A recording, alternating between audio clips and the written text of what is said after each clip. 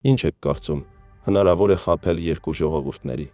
Այո, հնարավոր է։ Ինչ եք կարծում, կարող են երկու ժողովուրդներ միամիտ լինել։ Կարող են։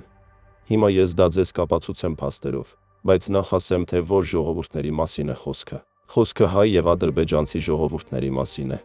1980-1988 թվականներին Հայաստանի հայերը եւ Ադրբեջանի հայերը երկրպագում էին մեկ տելեկատվական աղբյուրի՝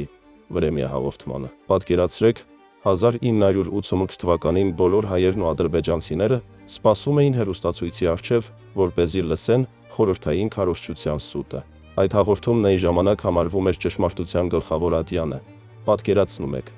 այն ժամանակ Հայաստանում եւ Ադրբեջանում ոչ ոք չէր հասկանում, որ ԽՍՀՄ-ի ՊԱԿ ԿԳԲ-ն էր գրում այդ հաղորդման տեքստերը եւ պարզապես ավելի էր բորբոքում կրակը։